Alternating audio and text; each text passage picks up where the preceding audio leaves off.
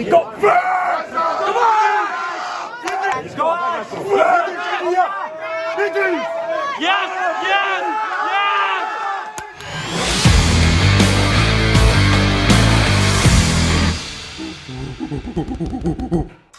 What's up, guys? I'm Alex. I'm Jason. We're the Table Monkeys, and today we are going to do a recap on the young Georgian's performance from this PAL the last weekend. He is the 16-year-old Phenom, freak of nature, highlight of our team at the moment, and definitely the highlight of the weekend. Yeah, he completely crushed it on Saturday, walked through almost everybody, had some really great matches with Brad Wade, who is arguably number 2 nationally, definitely number 1 in Ontario at 154. And Brad actually came, he spoke to me specifically beforehand, and actually came to pull Alexander. And he might be, a little bit undertrained, it's not a perfectly peaked version of Brad Wade, but he came with the intentions to win and with the expectations of winning, and wanted to see, what does a 16-year-old actually have, and turned out to be a lot. So we'll let you watch the matches. We'll just play through all the right and then all the left, and then we'll talk about it after and just give you our sort of review or recap on his performance. Here we go. Alexander Koshadze.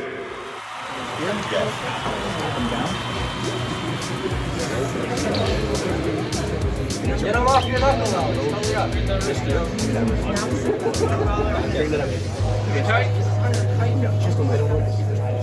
Ready, go.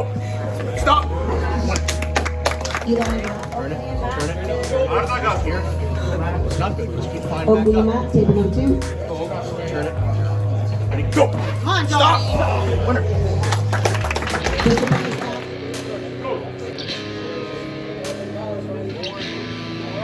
Let's go. Come on, Alex. Well, are you ready? Oh, sorry. Are you ready, Cole?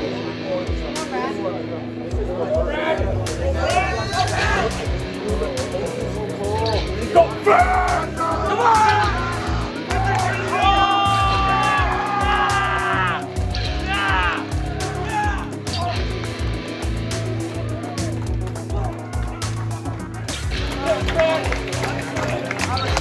Come on, Brad! I got some. Get that! Come on, Alex! Dylan in first place. Head hard! Dan in second. Dean in third.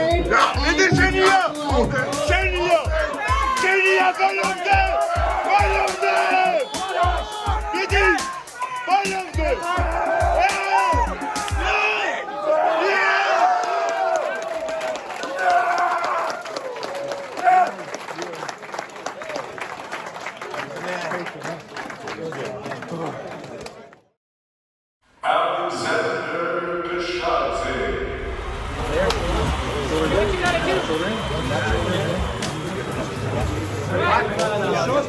Back pressure. Come on!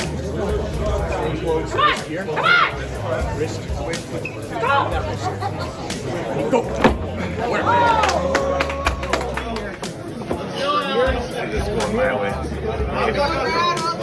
No mercy, smash that guy! Go, Brad! Go, Brad!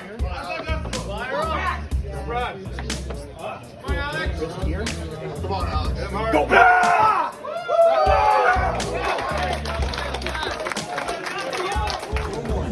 Go, Brad! Go, Brad! Fire up! Go, Brad! Come on, Alex! Come on! Let's go, Alex! Fire up! Get ready! Get ready! Let's go!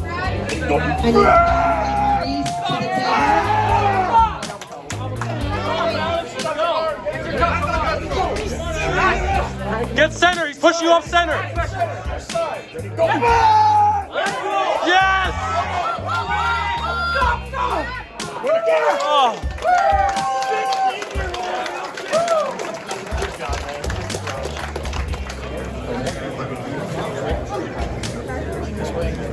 Here. Ready, go. Stop. Where? You brought that into the same thing. Clarence and Tom, please. Come on, Alex.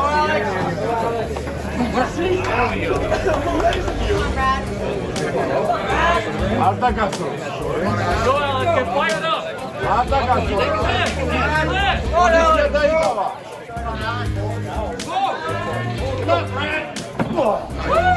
Seni adam burada. Go, Alex, keep your wrist. Oğlum da seni ya. Keep your wrist. Turn him out, Alex, turn him out. Let's go, Brad. Go, Alex. Yes, yes, yes.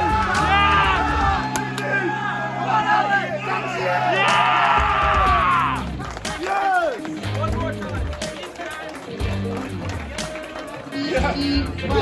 Alex, keep that wrist. Come on, Brad.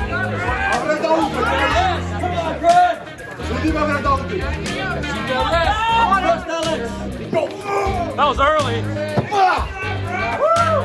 Watch that early start. Come on, Alex, keep your wrist. Everything. Let's go, let's go.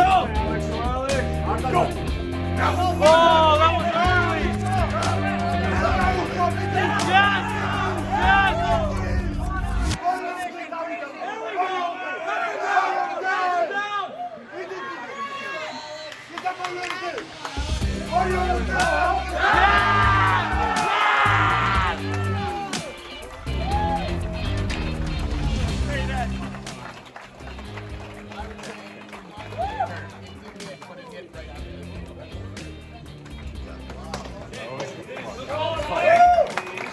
Go again? I can't feel my arm. Okay, obviously pure domination there. Walk through Donald, Tom, Dwayne. Maybe there's a couple other I guys. think those, yeah, it was the classes weren't super stacked. No, in the pro division. Yeah, in the pro division, it was more of an amateur. There was a good turnout for an amateur, which is Yeah. cool. But either way, everybody other than Brad, basically, it's Just contain and roll. and roll, Contain yeah, and roll. and just dominate. So then the Brad Wade matches, though, that's where obviously got interesting. Yeah. So like right hand, Right hand. I was impressed that he decided to just drive straight into the hook and test him out arm for arm. Yeah, this is a great one because this is where Lewis and I have been like opposite sides of the fence 100%. Like Lewis has been 100%, no, you've got to take his hand and top roll him. And I've been saying, no, your hook is good enough. It'll be like, you should hook with him, I think. And he ended up going in the hook with him. And I don't know, I haven't talked to him enough and you can't really tell enough from the film if like, I don't think he tried to top roll and got taken into the hook. I'm pretty sure he went in, but it's possible he maybe tried to feel it and didn't feel that it was there. But either way, it went into the hook. It held up. It held up great. He didn't get moved off center. No, and the second time, so the way it went down, because they didn't meet till the finals, and they were both A side, right? So then Brad went B side, ran through whoever it was the last guy on B side, and then got Alex again. And actually, I think they might have ran the bracket. They might have messed up one of the brackets they messed up where they made them pull right at one. Like Brad pulled them right away again, or did Brad have a match in between? Either way, they messed up a couple brackets, so that might have happened. But the point is, Brad, when he after the first pull, I remember him walking back to the table, shaking his head like, okay, like I felt this hook. I know what to do with it. I'm gonna get him the second time. So the second time you see he gets in it and he's like, all right, we're in it. I got to, holy shit, what the fuck am I in with? And you can just see his face kind of change as he's like, holy fuck, this kid is strong. And that's it, just his commitment to go there and then the power that he has once he's there. It's stupid. It's stupid. 16 years old. Yeah, and like, like with the best 154 hooker in Canada. Yeah, exactly. And the like even for us, like if we let him get in there at all, it's not fun. Well, I can't do shit with him right now Yeah. at all. So you can deal with him, but it's not easy. Yeah, at all. that's what I'm saying. Even if I let him get like a good enough spot in the hook, it's like it's not a point. Like I've given up too much. I have to like protect shit 100%. So that's just it's crazy. It's crazy to know that that's how the level that it's amazing actually at. power inside. Yeah, it's unbelievable. And then left hand was crazy because he's more of a top roller on his left arm, and Brad was definitely trying to get inside in the hook. And he's always dominating. He very rarely is he losing position and then like having to make up ground because of that. And he basically just like loses his hand right Well, off. So he pulled Brad in the preliminaries before the final four. Yep. And he tried to top roll and was losing his hand and just got it completely extended out. I think he tried the defensive hook a bit, and then but either Well, way, because it was the first one, and then he got on elbow foul, so they restarted that, and then he tried the defensive hook, and same thing, just got extended. Didn't have any of his pronation.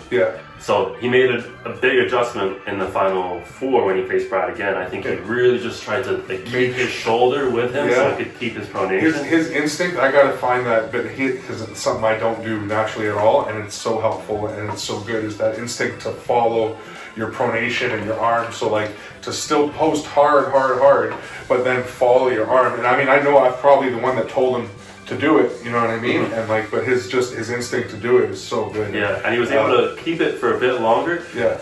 And then he tried to hit outside a couple times, but ended up losing his hand, and then just committed completely. This is the final to one. that flop. The first left-handed match that he wins, it goes the same way. True. And he keeps his hand enough, and then you see just as because he's still fighting back so hard that as he's fighting back, he starts to get some of Brad's hand, and as soon as he gets some of his hand, he then starts to hit back, gets a couple hits, now he gets his hand, now he's back in control, and then he turns back into the fucking top, and just starts slamming him into the pad. Yeah, exactly. And then the second one, Brad knew, like, he felt that happening, got his hand, and you can even see Brad get happy once he comes forward, as if Brad's like, oh, I got you now. And that's a position that Alex does not pull in. Never. Like, he never presses, ever. He doesn't lose his hand. Yeah, he never loses his hand. He's never compromised like that. So again, to have the instinct and commitment to not try to find his hand again, and to just commit his shoulder and get on his elbow like that.